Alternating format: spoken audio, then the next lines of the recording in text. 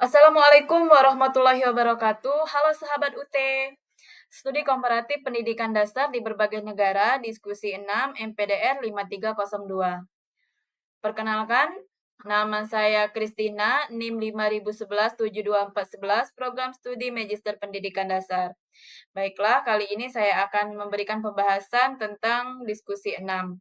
Untuk pertanyaan yang pertama, satu, bagaimana Anda sebagai guru pendidikan dasar dapat berkontribusi mengatasi isu gender? Nah, dalam lingkungan pendidikan, fokuslah pada cara-cara menciptakan lingkungan pembelajaran yang inklusif dan mendukung perkembangan siswa tanpa memandang jenis kelamin. Nah, sebagai guru pendidikan dasar, saya memiliki peran penting untuk menciptakan lingkungan belajar yang inklusif dan adil bagi seluruh siswa tanpa memandang jenis kelamin. Nah, kesetaraan gender bukan sekedar memberikan perlakuan yang sama, tetapi memastikan bahwa setiap anak laki-laki maupun anak perempuan memperoleh kesempatan yang setara untuk berkembang sesuai dengan potensi dan minat mereka. Dengan menerapkan strategi-strategi dalam pembelajaran di kelas, saya berupaya agar setiap siswa memiliki rasa toleransi tanpa memandang jenis kelamin, serta merasa dihargai, didengar, dan diberi kesempatan untuk berkembang dengan hak yang sama antara anak laki-laki dan perempuan. Nah, dengan demikian, sekolah dasar dapat menjadi tempat yang benar-benar inklusif dan menjadi pondasi bagi generasi yang saling menghormati perbedaan serta menjunjung tinggi kesetaraan gender. Nah, berikut fokus cara saya dalam melakukan pembelajaran di kelas. Satu, menciptakan lingkungan pembelajaran yang inklusif. Nah, guru menghindari bias gender dengan memperlakukan siswa laki-laki dan perempuan secara adil dan setara, mendorong semua siswa untuk berpartisipasi dalam berbagai kegiatan tanpa dibatasi perbedaan gendernya. Misalnya mendorong siswa perempuan untuk ikut dalam bidang sains maupun teknologi, sekaligus mengajarkan nilai-nilai kesetaraan gender secara eksplisit dan dalam materi pembelajaran. Nah, selain itu, guru menjadi contoh sikap untuk mendukung kesetaraan bebas dari diskriminasi dan aktif menghilangkan stereotip gender dalam lingkungan sekolah. Kemudian yang kedua, caranya ialah dengan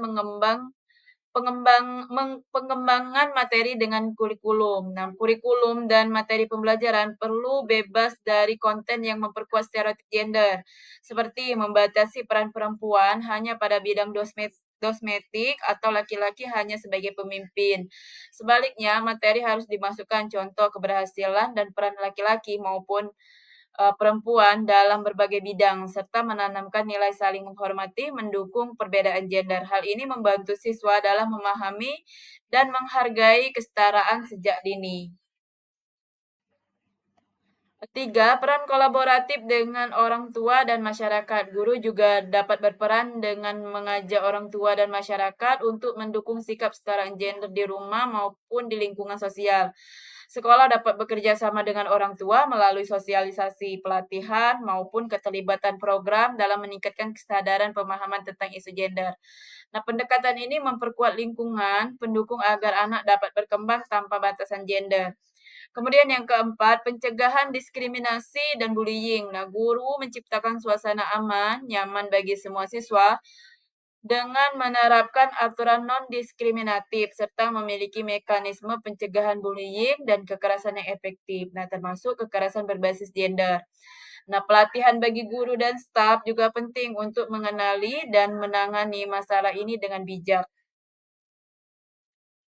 Kemudian untuk pertanyaan yang kedua, sebutkan strategi konkret yang dapat Anda terapkan untuk mempromosikan kesetaraan gender.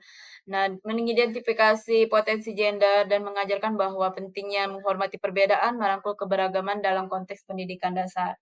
Satu, ialah dengan menggunakan materi pembelajaran yang tanggap gender. Dalam memilih buku teks dan media ajar, saya memperhatikan representasi laki-laki dan perempuan secara seimbang. Saya juga menambahkan contoh-contoh inspiratif dan dari kedua gender agar siswa memahami pendapat keberhasilan dan kontribusi datang dari siapa saja. Kemudian yang kedua, menerapkan pembelajaran kolaboratif berpartisipatif.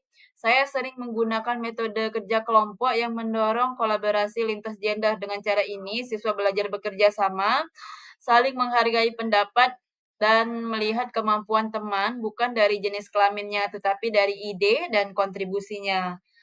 Kemudian yang ketiga, menanamkan nilai toleransi dan penghargaan terhadap perbedaan. Nah, melalui kegiatan diskusi cerita dan refleksi sederhana, saya mengajarkan bahwa pentingnya menghormati perbedaan, baik perbedaan gender, latar belakang, maupun kemampuan. Misalnya, dalam pembelajaran tematik maupun pembelajaran pada kurikulum Merdeka, saya siapkan nilai-nilai kesetaraan, empati, mulai dari cerita maupun permainan peran. Kemudian yang keempat, mengidentifikasi dan mengatasi potensi diskriminasi gender. Nah, saya berupaya peka terhadap sikap ataupun komentar siswa yang menunjukkan bias gender.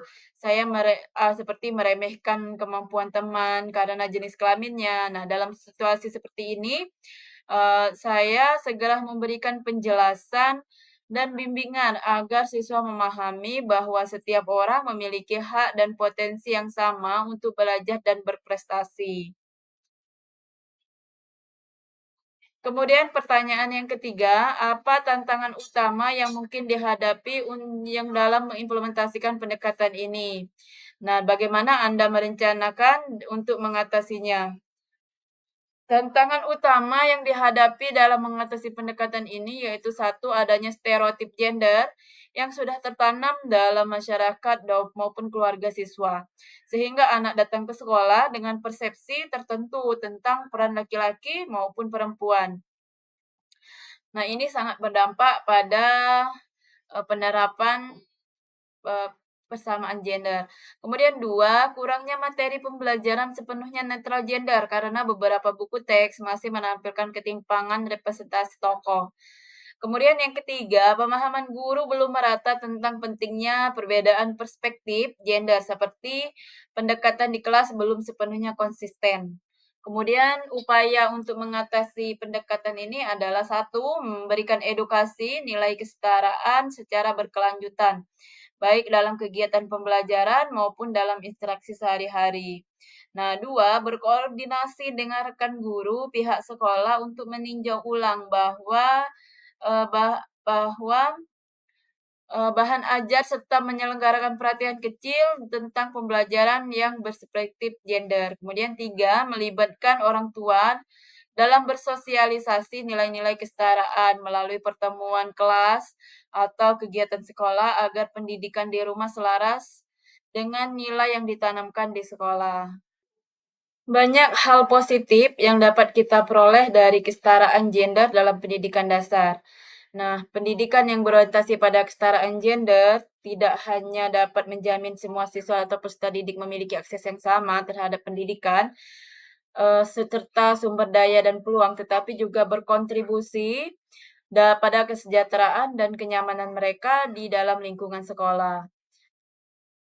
Nah, hindari caranya untuk menciptakan kesetaraan gender di lingkungan sekolah, yaitu menghindari pemisahan anak laki-laki dan perempuan dalam barisan terpisah. Pisahkan kegiatan olahraga dengan menggabungkan mereka dalam satu kegiatan.